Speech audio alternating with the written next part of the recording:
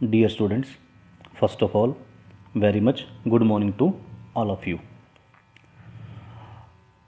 In fact, till now we have completed our 6 units of our +1 business study class. In fact, in other way we can say that we have completed our part A. Right now from today we are going to start our part B, which includes 4 units. The one is source of business finance, second is small business and enterprises, third is internal trade and fourth is international business. आज हम first video इसके ऊपर बना रहे हैं. हमारा जो 7th unit start हो चुका है +1 बिजनेस स्टडी का. 7th यूनिट जो हमारा है वो है सोर्स ऑफ बिजनेस फाइनेंस का, और ये उसके ऊपर एक फर्स्ट वीडियो हम बनाने जा रहे हैं. बेसिकली जो सोर्स ऑफ बिजनेस फाइनेंस है ये हमें ये बताता है कि बिजनेस फाइनेंस होता क्या है, उसकी नेचर क्या है, सिग्निफिकेंस क्या है, एक बिज़नेस के अंदर फाइनेंशियल रिक्वायरमेंट्स क्या क्या होती हैं, बिजनेस के फाइनेंस के सोर्स कौन कौन से हैं, और बेसिकली आप लोगों ने अकाउंट्स में एक टर्म पढ़ी होगी ओनर्स फंड्स और बोरोड फंड, उसके बीच में डिफरेंस क्या है, और उन सब जो भी ओनर्स फंड्स के वेरियस सोर्सेज हैं, बोरोड फंड के वेरियस सोर्सेज हैं, उनकी क्या क्या एडवांटेजेस हैं, डिसएडवांटेजेस हैं, लिमिटेशंस हैं, और कौन सा फंड एक बिजनेस के लिए यूज़फुल रहता है. इस सारे लेसन के अंदर इस सारे यूनिट के अंदर हम इन सब बातों को डिस्कस करेंगे.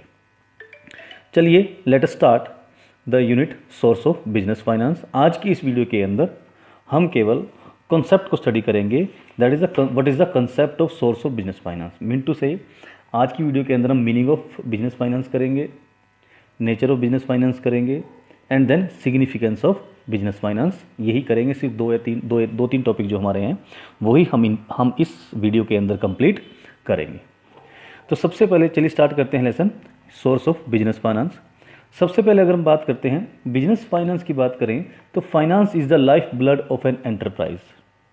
जो इम्पोर्टेंस एक ह्यूमन बॉडी के अंदर लाइफ ब्लड की जो इम्पोर्टेंस होती है वही इम्पोर्टेंट फाइनेंस की एक बिजनेस के अंदर होती है. अगर हम बात करें ब्लड की तो बिना ब्लड के the human being can not survive. Even then you can say that the human being can not alive. बिना ब्लड के एक ह्यूमन बीइंग अलाइव भी नहीं रह सकता. इसी तरह अगर बात करें फाइनेंस की तो फाइनेंस के बिना एक बिजनेस सर्वाइव भी नहीं कर सकता और अलाइव भी नहीं कर सकता. एक बिजनेस को एंटरप्राइज को अगर हम कहें if we want to run a business enterprise smoothly, finance is of the utmost importance. In the absence of adequate finance, neither a business can be conducted in an efficient manner nor it is possible to expand it. In fact ये जो कुछ लाइनें हमने लिखी है इसके अंदर आपको नोट करवाई हैं, जो स्क्रीनशॉट आप इसका ले सकते हो, कि बिजनेस में फाइनेंस के बिना किसी भी बिजनेस को स्मूथली रन भी नहीं किया जा सकता, एफिशिएंट मैनर में चलाया भी नहीं जा सकता, और अगर हम इस बिजनेस को एक्सपेंड करना चाहते हैं, बड़े लेवल पे लेके जाना चाहते हैं, तो उसको बड़े लेवल पे ले जाना ऑलमोस्ट इम्पॉसिबल है. Let us talk about the nature of business finance. There are 6 points under the nature of business finance. Let us discuss it one by one. And in fact, all these points are self-explanatory and very easy. The first point is necessary for all types of businesses.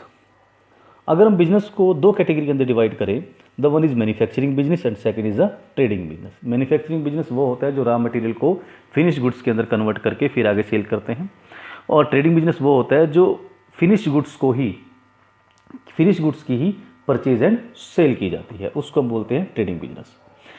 अगर हम दोनों तरह के business category की बात करें तो दोनों तरह के बिजनेस के अंदर हमें फाइनेंस की बहुत ज़्यादा रिक्वायरमेंट रहती है. बिना फाइनेंस के ना तो हम मैन्युफैक्चरिंग बिजनेस को रन कर सकते, ना ही हम ट्रेडिंग बिजनेस को रन कर सकते हैं.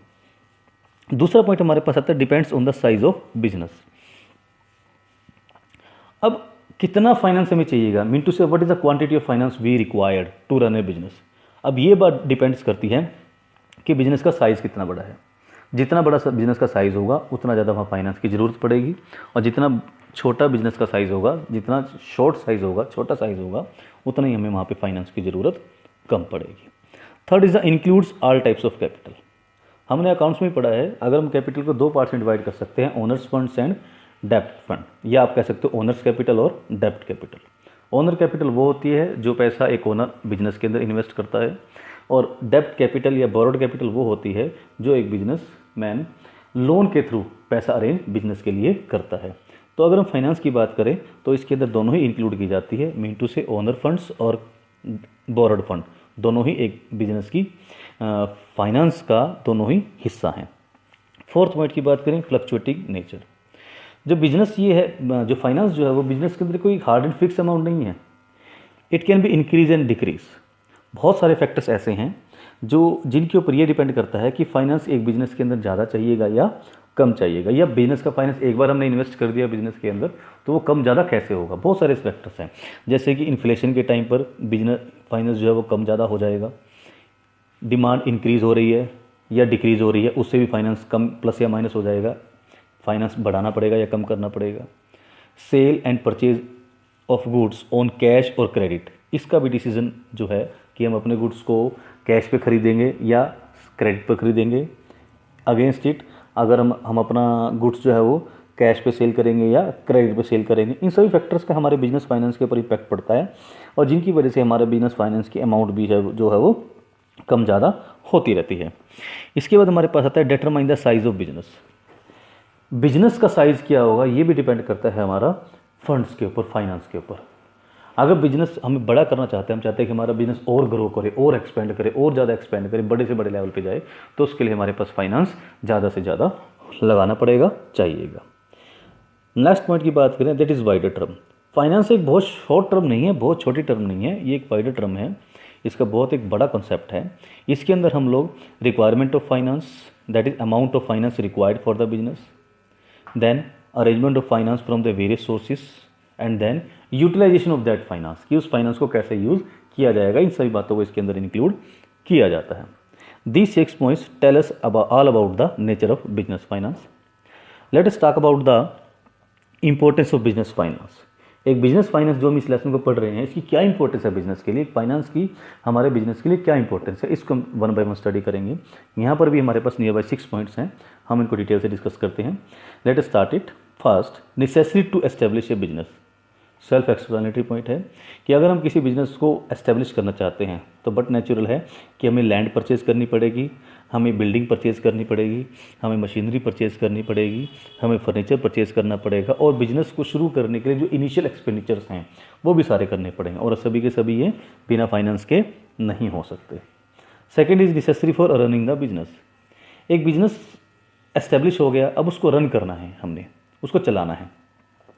उसको चलाने के लिए हमें डेफिनेटली हमें रॉ मटेरियल परचेज करना पड़ेगा, कैरीज पे करनी पड़ेगी, वेजेस एंड सैलरी पे करनी पड़ेगी, और ये सभी चीज़ें विदाउट फाइनेंस पॉसिबल ही नहीं है। तो बिजनेस एस्टेब्लिश करने के बाद बिजनेस को रन करने के लिए जो हमें डे टू डे के एक्सपेंडिचर्स करने पड़ेंगे, उसके लिए भी हमें फाइनेंस चाहिएगा।